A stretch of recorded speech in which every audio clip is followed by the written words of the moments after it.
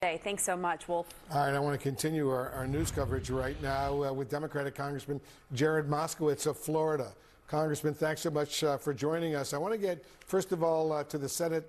I want to get to the Senate, this vote that's upcoming to try to prevent a federal government shutdown. But before we do that, I want to get your reaction to the news, potential news, of Hamas saying it's willing now to release American hostage Idan Alexander. What's your reaction to that?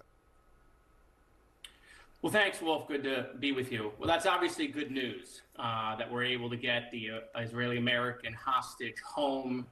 And, you know, obviously we'd like more alive hostages, but I know it's also good news that the families are going to be getting some of the bodies back of hostages that did not make it. And so that's good news. It extends the ceasefire, which is also good news. I was disappointed, quite frankly, that the administration was directly engaging with Hamas and talking to them directly. They had a Hamas envoy, which they've now sidelined, where he said, Hamas are some pretty good people. I think he may have said that on your program, if I'm correct. And so I'm glad that person's been sidelined. I can only imagine if the Biden administration had said Hamas are some good, pretty fine people. But this is a good news day for those families. It's a good news a day for Israel, and hopefully we can extend the ceasefire by continuing to get hostages out. Yeah, as you point out, the U.S. government has considered Hamas to be a terrorist organization for many administrations, Democratic and Republican, and this is the first time that there have been direct talks between a U.S. official and a Hamas official, and that was a significant development. Would this release, though, potential release of Idan Alexander, suggest to you, Congressman, that the Israel-Hamas ceasefire will in fact be extended now? Yeah, that's what it appears. It appears that's part of the deal, is that they'll extend the ceasefire, which is good for both sides. Again, the focus has been getting the hostages out, and then obviously once we get the hostages out, having a ceasefire in exchange for that, and then turning to the next steps. But we can't even talk about the next steps. The Israelis are not prepared to talk about the next steps until their hostages are home and the bodies of the hostages that didn't make it are also home for proper burial. So again, this is a good news day. We're getting an Israeli-American hostage out, hopefully. It appears that's what the deal is. Hopefully Hamas makes good on that deal and getting an extension of the ceasefire. Let's see if that happens. I want to turn, while I have you, Congressman, to Ukraine. This morning, two Trump administration sources were telling CNN that the special U.S. envoy, Steve Witkoff, has met with Russian President Vladimir Putin in Moscow. This comes as Putin is raising some serious doubts about the 30-day ceasefire proposal brokered by the U.S., laying out tough conditions and demanding concessions from Ukraine. First of all, do you believe Putin is actually interested in peace? No, and if he was, he would have immediately agreed to the 30-day ceasefire. I mean, look, let me say this. I'm happy that the administration has figured out that Ukraine is our ally and that we should be tougher on Russia, Iran, and North Korea than we are being on Canada, Ukraine, and Greenland. And so I'm glad they've taken that step. I'm glad the administration is now intelligence sharing again with Ukraine, and I'm glad that we've unpaused the aid to Ukraine. So I'm glad they reversed course on all those things. But look, they made a 30-day ceasefire deal with Ukraine. Ukraine accepted that, showing Ukraine was ready for peace and secessions. If Russia doesn't accept it just for 30 days, then they have ulterior motives. And that's what we're seeing from Russia. They want conditions, they want concessions. Why? It's a 30-day ceasefire. It's very simple. The president has laid it out. He got Ukraine to agree to it. And if Russia doesn't agree to it, then the administration needs to see that it is Russia that wants to continue the war, to continue the killings, as the president says. And then we should understand that we're going to have to back Ukraine with the EU, with the rest of the world, to put more pressure on Putin to accept the deal.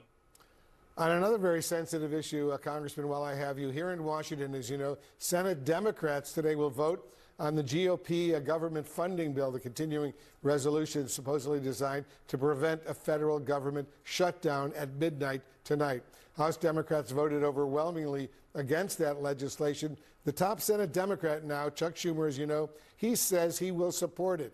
Is Schumer giving in too easily? What's your reaction to Schumer's surprise announcement last night? Well, let me say this. You know, I voted against the CR for a couple of reasons. One is I had an amendment that would have protected Social Security, Medicare, and Medicaid. Very simple amendment. It just said that the administration didn't have any authority to cut Social Security, Medicare, and Medicaid. And the Republicans refused to take my amendment. So when Democrats say that we think the CR is a prelude to those cuts, Republicans have an opportunity to say, no, it isn't, because we'll take the amendment. And they didn't. So that was one of the reasons I voted against it. Another reason I voted against it is I do think it's time we stop funding the government by CRs. We got to get back to appropriation bills. Let's not forget, Republicans themselves removed their own speaker over passing a CR. And the last time we had a big government shutdown, it was all done by Republicans. 6 weeks, Trump was president, and Republicans shut down their own government for 6 weeks. Now listen, no one wants a government shutdown. Democrats don't want a government shutdown. I think a majority of Republicans don't want a government shutdown. But usually we come up with a bipartisan agreement. That wasn't this. This is a partisan agreement. They didn't talk to us. They didn't get any of the things we would have liked to get into the bill. And so, yes, I'd like to see the Senate, for a period of time, you know, throw down on cloture. If this was Mitch McConnell would not be giving any votes on cloture. Mitch McConnell didn't even do that when it came to a Supreme Court seat. He made sure that Barack Obama couldn't refill that Supreme Court seat. And here, I think we're giving in too easy on cloture. That doesn't mean we don't make a deal quickly. It just means that he invoked cloture, Schumer invoked cloture, and then immediately said that he would provide the votes. And so that was very confusing to House Democrats on our side. Why even say you're going to invoke cloture and then immediately back down? The Trump people know how to negotiate, okay? And now what they do is they smell weakness. That's what they smell. They smell weakness. Now, that doesn't mean some of Schumer's points are not incorrect. That, yes, Trump and Elon would use it as an opportunity to continue to wreak havoc. But this is the only opportunity Democrats have until September on reconciliation, where they don't need our votes to try to get some bipartisan deal here. Very quickly, before I let you go, Congressman, I want to get your reaction to what Trump said on Wednesday, and he's getting a lot of negative reaction from both the American Jewish community and the American Muslim community.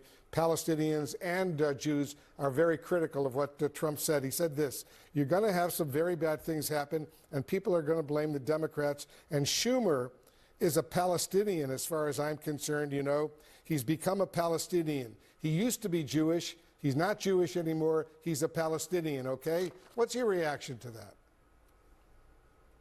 Well, Schumer is Jewish, and he's not a Palestinian. And listen, you know, with everything that's going on with the Jewish community and anti-Semitism right now, from the left and the right, you know, I don't know that we need non-Jews deciding who is Jewish and who isn't, as if there's some litmus test. You know, right now, quite frankly, the Jewish community needs as many allies as possible, as we still have students being assaulted on their way to college campuses, as we still have stores being targeted because they're Jewish, having nothing to do with Israel, as Jewish people are seeing that they have less and less allies, people they thought they had, that in fact they worked on issues for other people, other causes. And now the Jewish community is looking around trying to figure out where our friends are. And so look, now's not the time to start carving up of who's Jewish and who's not. Chuck Schumer is Jewish. And, you know, look, this is just more trolling from the president. Yeah, hard to believe a president of the United States would say something like that. Congressman Jared Moskowitz, as usual, thanks so much for joining. Is it hard to believe, Wolf? It's hard to believe he would say Chuck Schumer, who's a well-known American Jew, he's now saying he's no longer a Jew, he's a Palestinian. It's hard to believe that a president would say that. You don't think that's hard to believe? I think it's hard to believe that a president would say that. I don't think it's hard to believe that this president would say that. All right, Congressman Jared Moskowitz of Florida, thanks so much for joining us. Pamela.